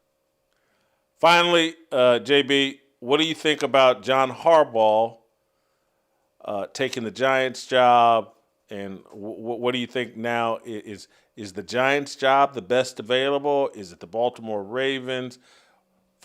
I'll just start Harbaugh to the Giants. You like this move? Don't like it? Yeah, best roster possible. I said it was. That's the best coach possible. That's why Harbaugh wasn't talking to anyone else. He wanted to make sure him and Schoen got along because they have a little history of not really seeing eye to eye. I think the whole holdup right now on the signed documents to be the head coach is basically autonomy. What gets to be said and player personnel and etc. More of a Belichick role. He wants a little more hands-on on the GM side of it, I believe. I think that's going to be worked out because I think Schoen will be fired next. He's done a horrible job, but he has drafted well. They have a great defensive group. You got Neighbors, Scadaboo, and Dart, which is a great collective of youthful talent. So I think that is why Harbaugh chooses and chose the Giants over all the other 9 opportunities out there. 9. We haven't had this many openings since 2022 when there was 10 openings. And Jason, 8 of those 10 are now fired just 3 years later. So do the math on this. This is a not for long business, NFL, acronym, not for long. And coaches come and go. And I think this is the best available roster. To the Ravens side of it, I think it's the worst possible job opening. Here's why. You are an aging roster at every spot, including quarterback. This is not Lamar Jackson that goes 80 yards anymore. This is Lamar Jackson that goes 30 yards and then gets hurt and doesn't finish his seasons. You have a Derrick Henry who had more carries than any other player this year, who's 32 years old. Who wants that? That's not sustainable. You have a tight end that's getting older. You have a group of O-linemen that is not as good as they were, and that defense is horrific, one of the worst in NFL. So that is not a team that looks at and says, oh, I got to go there. It's not Lamar Jackson from 6 years ago, Jason. This is a Lamar Jackson who can't throw from the pocket and be accurate. And now in the playoffs, we're going to pin our ears back, drop into coverage, and make you throw the football.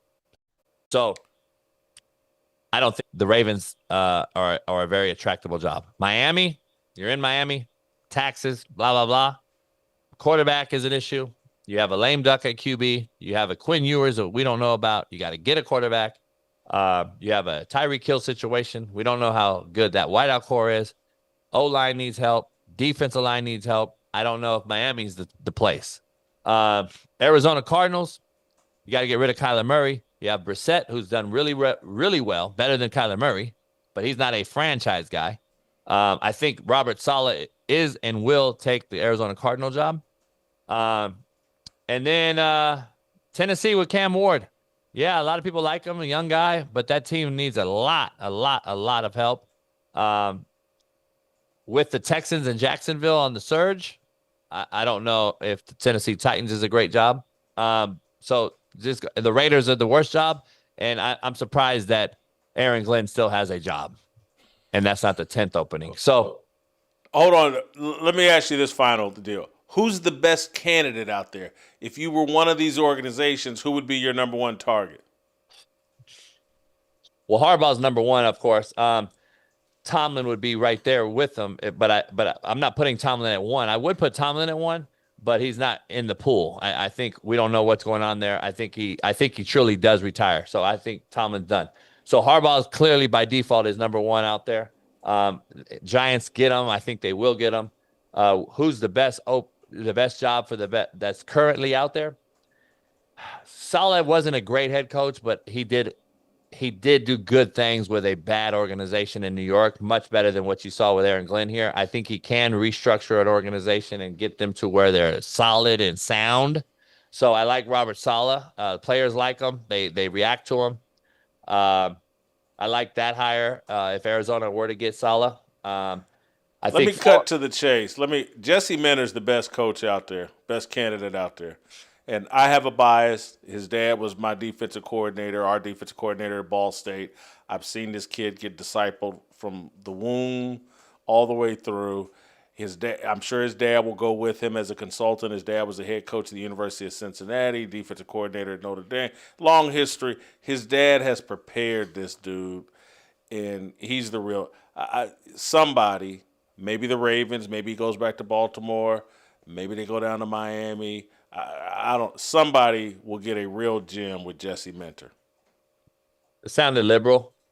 What? You sounded a little liberal on that. You sounded very biased. I get it. But you sound like ESPN talking heads that have no clue. You sound a little bit like Mina Kimes right there.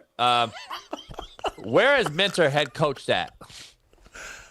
Why do we bump guys that have never been head coaches and say they're going to be the best candidate? No, where did Sean McVay head coach at? No, where did Sean McVay head coach at before he got the Rams job? Hold on, though. How young was he?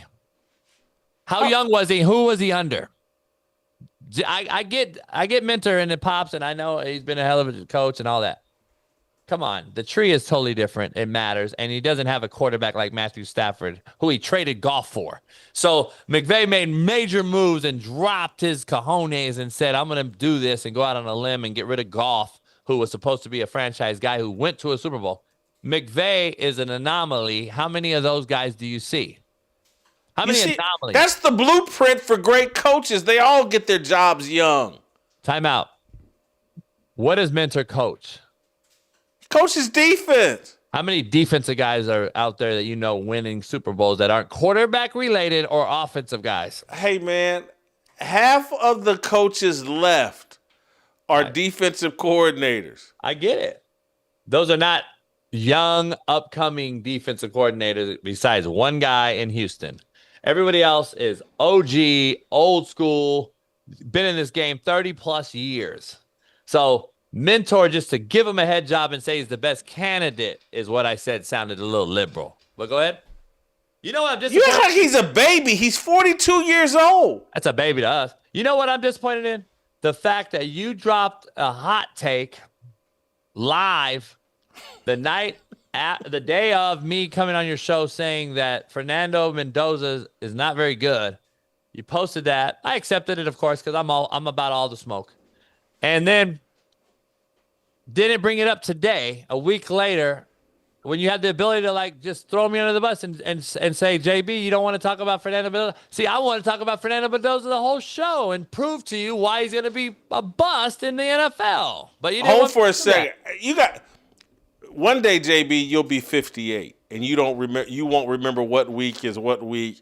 I just assumed we talked about Mendoza last Friday. I thought we did. I assumed. And then I said what I said, and then you dropped a video that night on Instagram because he was balling against Oregon and that's Luke, man. You forget that, huh? That's Luke and Peyton. These are the guys. Yeah. I didn't put that video. Did I tell y'all to do that video? I think I actually did.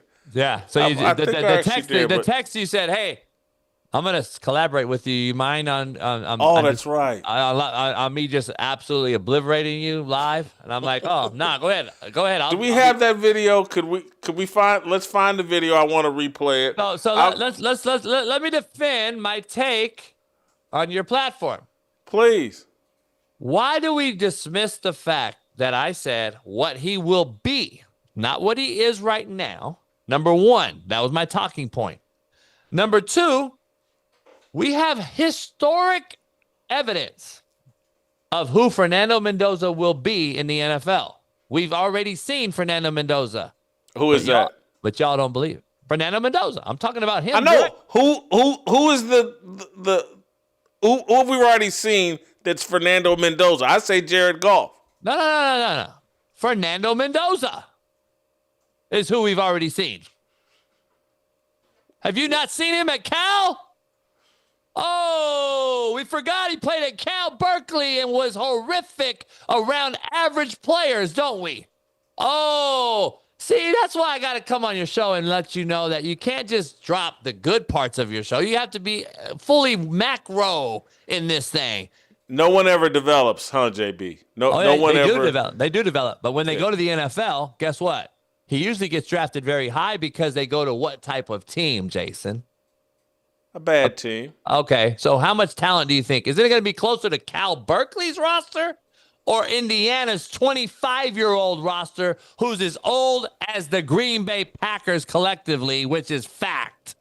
So you don't think that matters? I'm cooking you guys today. I'm glad you talked about Fernando Mendoza. I've seen the Fernando Mendoza that's going to be in the NFL. I saw him at Cal. So you will see him at Cal too very soon. Do we got the clip yet? Or I'm hearing it in my ear. Because I forgot. This was just last week we did this? Yeah. Yeah.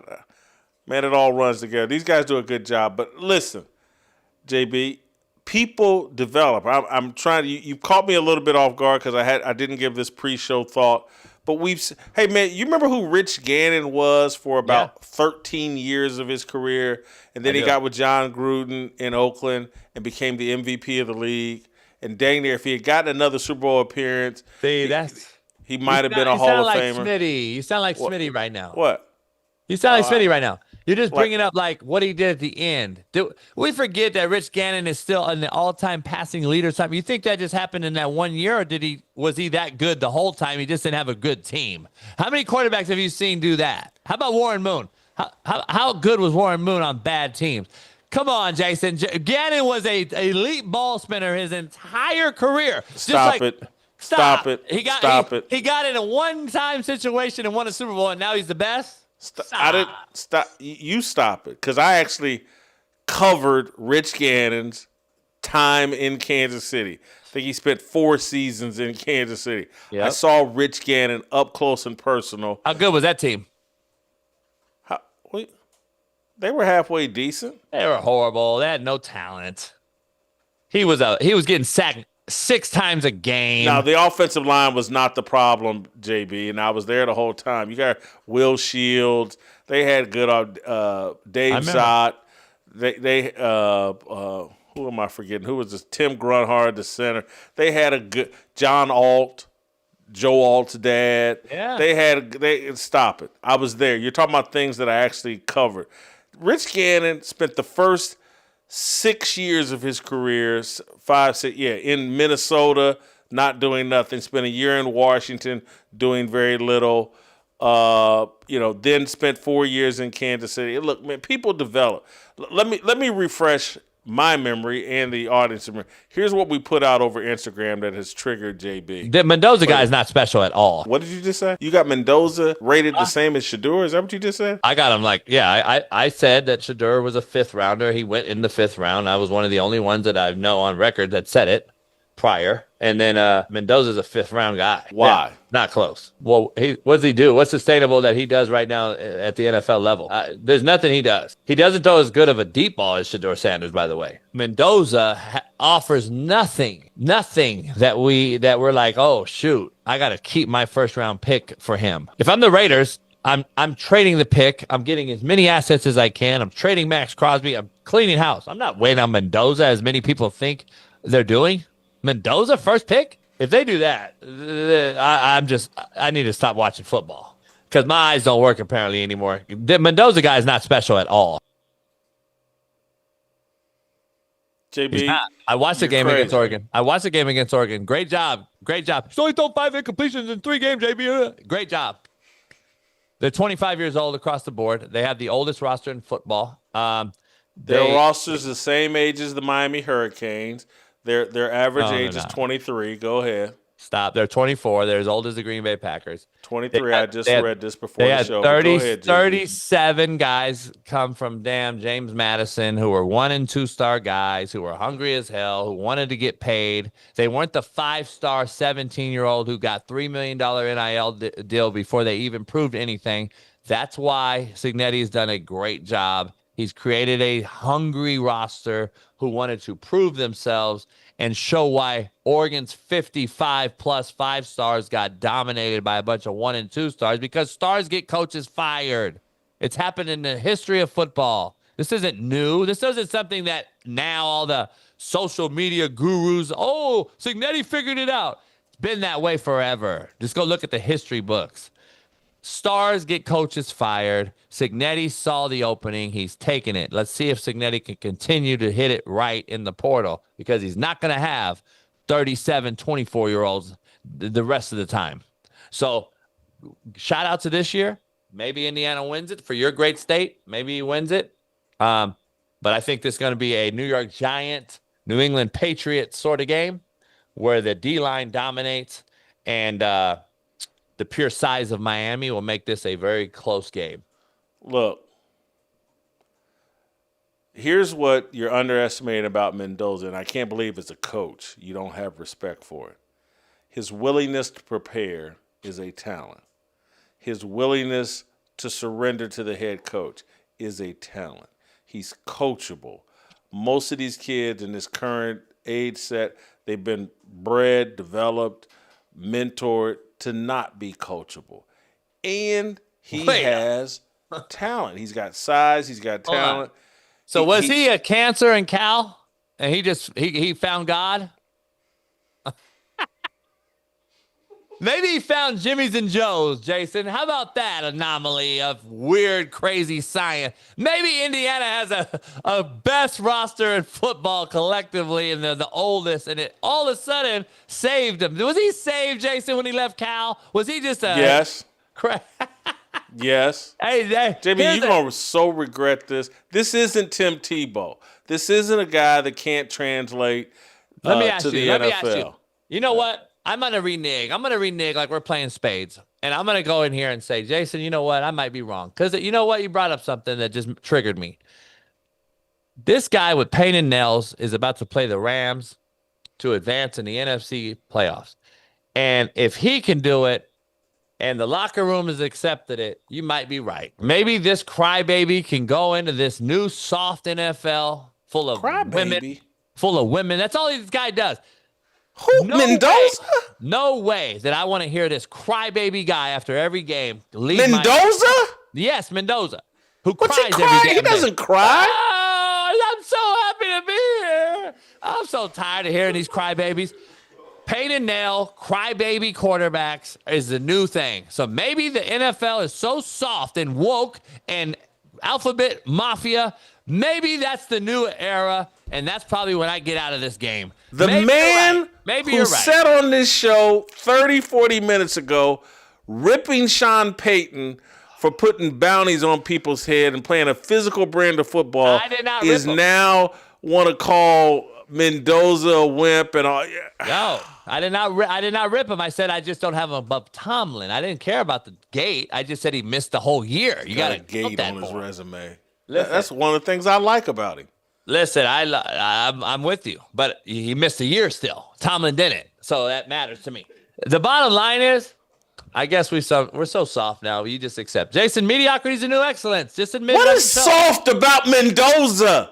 Are you kidding me? What is soft about Mendoza? You want crybaby lead in your locker? Am I missing something? Does he cry? Am I missing something? You never seen him cry after every game? You kidding me right now? Are you trolling me? Is that what they call it? I'm being dead serious. You never see Mendoza crying. Can you guys bring it up? He cries after every game. What do you mean? Tell Hadley to get on his job over there. He cries every day. There are me. differences in tiers. You softened on me. You've actually started. Man. There are differences in tiers, JB. Again, once I can't believe Darnell's not working on your faith walk, because for some of us, when we talk about Jesus Christ, our Lord and Savior, it makes us emotional. And this is where I will have to chastise Darnell. He's not doing a good job of discipling you and getting you to fully understand why Mendoza cries. We're having church right here. This is church right now. We don't need to go to the actual, where there's nothing worse than a fake priest or a politician. Nothing worse. So we're having genuine, open conversation, and this is church. So you're calling who's fake, me or Mendoza? Mendoza. What do you mean? And so many others in fake churches out here. What do you mean? You saw the Drewski skit or whatever his name is. So we got all this stuff. So here's the thing. Oh my God. I want to go. Come on. Ohio State kids. I can't wait to did that last year. Walking out their faith. They won a national title. Mendoza walking out his. I think he's about to win a national title. They're not going to cover the 8.5, but he is going to win a national title. You got a problem with Mendoza. The game's changed, Jason. I'll leave it at that. The game has changed. It is what it is. See, the problem you got with Mendoza is if you had to coach him, you wouldn't be comfortable cursing around him and using that foul sailor mouth of yours, and that's what bothers you. I didn't know we turned football into such a woman sport. I just didn't know. I guess we got to cater to all the genders and all the letters. JB, I'm going to let you go. You're talking crazy about Mendoza. You don't know what you're talking about. Cry, baby. He's going to embarrass you next year. I hope Miami wins by 50. You got what did you just say? I hope Miami wins just because of that. You hope Miami wins. You don't believe they're going to win. No. And you certainly don't believe they're going to win in a blowout. No. Because Miami's going to do dumb stuff like they do and cost themselves the game. And someone like Mendoza, who has surrendered in a faith walk, he has a very disciplined team and disciplined teammates. By the way, you better hope Miami loses. Because what? Because it's over. It's over. They will go on a historic Alabama run. Because you're in Miami, Jason. Remember the days when Miami was legit. They were more powerful than the Miami Dolphins, the Miami Heat, the college team. Miami Hurricanes were more powerful than any other entity in Miami. They will be back to a national power. What kid in America is not going to take millions of dollars to go play in Miami in college? If they win this natty, you're going to have a problem, college football. Miami's going to be a juggernaut. Mark it down. JB, I got to let you go. I got other stuff to do today. I appreciate you. Appreciate the conversation. Darnell, you got some work to do. Anyway, I got to go. I got to share with my audience that I went 1-4 last year with my Fearless 5 picks. We're going to do this very quick. Can we get my graphic up? Just put the graphic up of my record because this is embarrassing. I got to get out of here. I got Delano and Chad Jackson are in town, and I got other stuff to do. JB's done taking me. We just had a marathon JB show or segment. Here's my Fearless 5. I'm 33-46 for the season. So embarrassing and so costly. I got the Bills plus 1.5 at the Broncos. Seahawks -7 at the 49ers or versus the 49ers. Patriots -3. They're going to destroy the Texans in Foxborough or wherever the hell they play. these days. Rams, I think they cover against the Bears, but you never know. We won't know until the fourth quarter. And I got Miami, the Hurricanes. Actually, Indiana's going to win, but I think that 8.5 spread is too much. Indiana wins by 3 or 4 points, wins the national championship. That's it, and that's all from us today. We'll see you next week.